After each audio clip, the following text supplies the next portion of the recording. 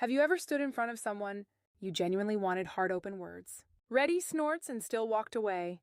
Feeling invisible? You did everything right. You were kind. You were interested. You showed up, and somehow it still didn't work. She pulled back. The energy shifted, and you were left standing there, wondering what you did wrong or worse. What's wrong with you? I know that feeling, and I'm here to tell you something important before we go any further. Nothing is wrong with you. I'm your host, and this is Teal Swan, advice where we uncover the real psychology that creates desire. Not surface level tips, not pickup lines, the deep invisible wiring that actually drives attraction between men and women. And today we're going to talk about something most men spend their entire lives, how to ask for intimacy without getting rejected. And I'll warn, the final trigger we cover is incredibly powerful. It can change everything fast and almost no one uses it correctly. So stay with me. Let's start with the moment most men recognize. You've been spending time with someone. There's warmth between you, laughter, eye contact that lingers a little longer than it needs to. You feel it. You're sure she feels it too. And then you move. You say something, or you reach out, or you shift the energy in a way that signals what you want, and it collapses. She goes cold. She says something vague. She texts differently after that. The connection you thought you had just quietly disappears. And you replay it 100 times trying to find the moment. You broke it. Here's what nobody tells. You didn't break it. You just moved at the wrong time in the wrong sequence. Attraction isn't a destination you arrive at by being good enough. It's a process, a biological, psychological sequence that unfolds in a specific order. When you skip steps, not because you're bad, but because you were never shown the map, the whole thing collapses. Not because she didn't like you, because the sequence wasn't complete. This was never your fault. Nobody taught you this. Men are raised to believe that if you're honest about what you want and decent in how you treat someone, the rest should follow naturally. And that's a beautiful idea. But the human brain, especially in the context of attraction, doesn't run on logic. It runs on feeling, on pattern, recognition, on subconscious signals that are processed before a single conscious thought forms. She isn't deciding whether to be attracted to you. Her nervous system is. And her nervous system is scanning for very specific things most men don't even know they're failing to provide. Evolutionary psychology has spent decades mapping this. Women evolved in environments where choosing the wrong partner had serious, sometimes fatal consequences. So the female brain developed incredibly sophisticated detection systems. It scans for stability, for strength, for genuine interest, for social intelligence, for the kind of man who can hold ground without needing to dominate. These aren't preferences she consciously chose. They're deep patterns, mental shortcuts, running beneath awareness. And the men who understand these patterns don't chase, they don't beg, they don't push. They simply become the environment where attraction grows naturally. Once you understand the hidden signal, you stop chasing and become the man women want to win over. There are 7 of these signals, 7 psychological triggers that, when activated in the right sequence, change the entire dynamic. Not because you're manipulating anyone, but because you're finally speaking the language attraction actually understands. Let's walk through each one. The first is masculine presence. This is the most foundational and the most misunderstood. Presence has nothing to do with how you look, how tall you are, or how much you earn. It has everything to do with your energy. Specifically, whether you're grounded in yourself or looking to her to tell you how to feel. Most men, without realizing it, walk into interactions seeking approval. They're scanning her face for signs that she's enjoying herself. They're softening their opinions to match hers. They're nervous because they've already decided she holds the verdict on their worth. And she feels all of it. Not consciously, but she feels it. Grounded masculine energy is different. It's calm without being cold. It's interested without being needy. It's the energy of a man who has a place to be after this. A life that's moving. A center that doesn't shift depending on whether she smiles at him. When you walk into a room like that, something shifts. She notices. Her nervous system notices. And it registers as safety, which is ironically one of the most powerful preconditions for desire. Stop performing. Start being present. The second trigger is emotional challenge. This one goes against everything most men were taught. You were probably told that to attract someone, you should be agreeable, accommodating, easy to be around.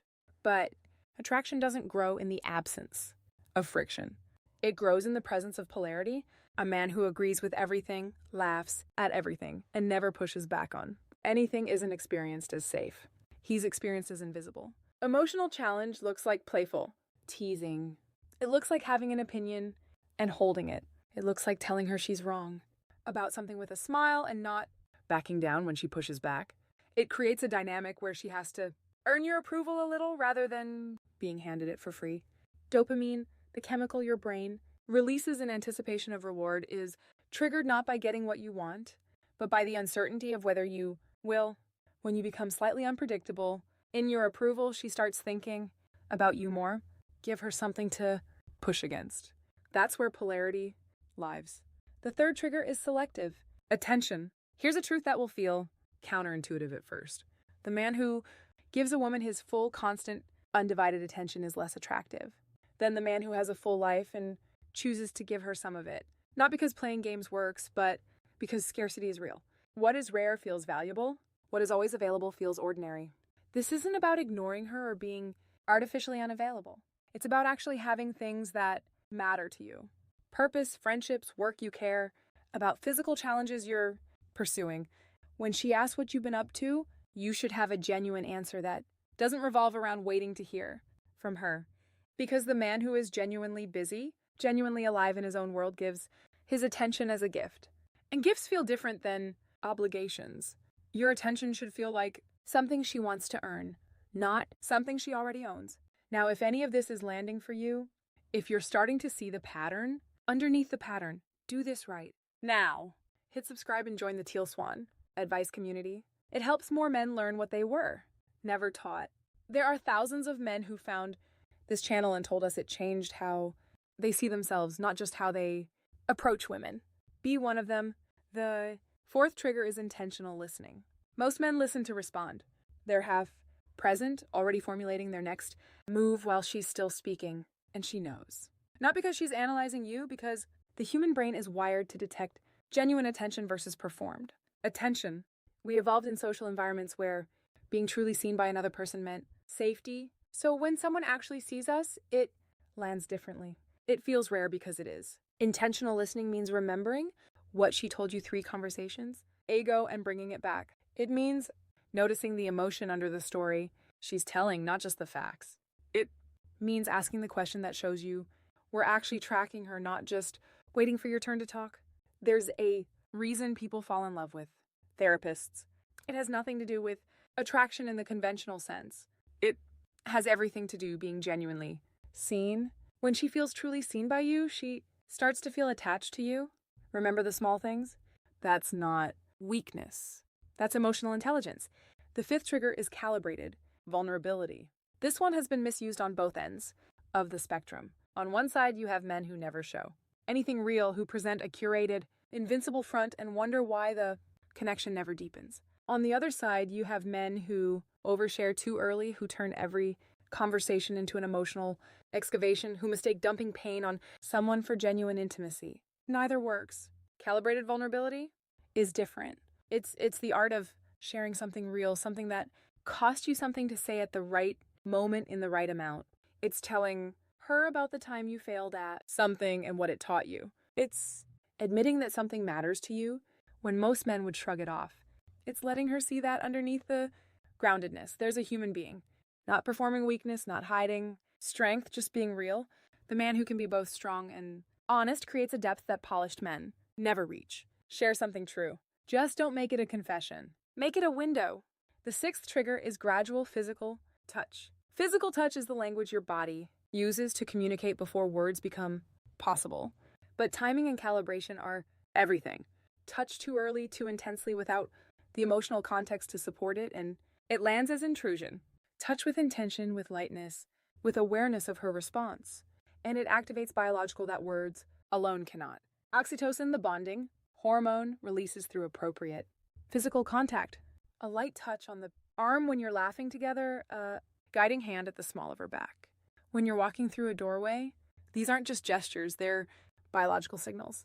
They tell her nervous system that your physical presence is safe, and from safety, desire grows. Start light, stay attentive, let the physical story build slowly. Don't reach for the moment, let it arrive. Now, we come to the seventh trigger, and this is the one I warned you about at the beginning, the one that almost no one uses correctly, the one that when you understand it changes everything about how attraction works. It's called controlled unpredictability. Here's the science. First, the human brain releases dopamine, not in response to receiving a reward, but in response to the possibility of receiving one. This is why variable reward schedules are so addictive. It's why slot machines work the way they do. It's why you keep checking your phone even when you're not expecting a message. The brain is wired to pursue patterns it can't fully predict. And people are no different. When a man is entirely predictable, entirely readable, entirely available in exactly the same way every time, the brain categorizes him, files him, stops producing the neurochemical cocktail that creates obsessive thinking. But when a man is warm one day and slightly distant the next, not out of cruelty, but because he genuinely has a full life with shifting focus, the brain can't file him. It stays alert. It keeps producing dopamine in anticipation of the next interaction. This is not about being cold. It's not about withholding affection to punish. It's about being genuinely multidimensional. Having days where you're fully present with her, having days where your energy is inward, focused, directed at something that matters to you. Having opinions that shift the dynamic, sometimes. Having a version of yourself that surprises her slightly every few interactions. The man she can't quite fully predict is the man she keeps thinking about between conversations. Use this with care, with respect, with genuine intention, not to confuse someone, not to manufacture anxiety, but because you actually are a full complex human being. And if you've been flattening yourself to be more accessible, you've been accidentally removing the very thing that creates lasting attraction. Stop being so easy to read. Not because mystery is a tactic, but because you're more than she's seen yet. Now, let's bring this all together. Because these 7 triggers aren't separate moves you perform on different nights. They're dimensions of a single identity. The man who has masculine presence isn't performing calm. He actually has a foundation. The man who uses emotional challenge isn't being difficult. He has genuine opinions. The man who practices selective attention isn't playing games. He actually has a life. The man who listens intentionally isn't running a technique. He's genuinely curious. The man who shares calibrated vulnerability isn't managing an impression. He's actually real. The man who uses gradual physical touch isn't following a script. He's reading the room. And the man who embodies controlled unpredictability isn't running a pattern. He's genuinely alive in multiple directions. Do you see what's happening? These aren't tricks. They're the natural expressions of a man who has done the internal work, a man who has a center, a man who doesn't need her validation to feel okay about himself. And that man, not the man who says the right lines, not the man who dresses a certain way or drives a certain car. That man is what the female nervous system has been scanning for since before language existed. Rejection doesn't mean she doesn't find you attractive. It often means the sequence wasn't complete. It means one of these triggers was missing. It means your timing was off. None of that is permanent. All of it is learnable. And you've already started learning it just by being here. The man who asks for intimacy without getting rejected isn't asking differently than other men. He's arrived at the moment of asking after completing a sequence that makes the answer feel natural to her. Not forced, not sudden, not uncomfortable. He hasn't pushed for connection. He's created the conditions where connection had nowhere else to go. That's the real skill, not the ask, the setup. You don't need to be perfect at all 7 of these from tomorrow. You just need to start moving in this direction. Pick one. The one that resonated most, the one that explains something you couldn't explain before. Start there. Practice it. Not as a technique, but as a genuine expression of who you're becoming. Snorts. Because identity is built in small repeated moments. And each time you show up grounded, curious, real, and present, you're not just attracting a specific woman. You're becoming a man who moves differently in the world. That shift compounds. People feel it before they can name it. And eventually you stop asking what you're doing wrong because you're doing something right, quietly, consistently, from the inside out. You don't need perfection. You need strategy. Real tools, not tricks, used with respect and intention for connection that's actually worth having. And the best part, the more genuinely you become this man, the less you'll need to ask for intimacy at all. It will find you. If you're ready to stop chasing and start becoming the man women genuinely desire, subscribe to Teal Swan. Advice now. Turn on notifications because the next Clears Throat one will shift your reality.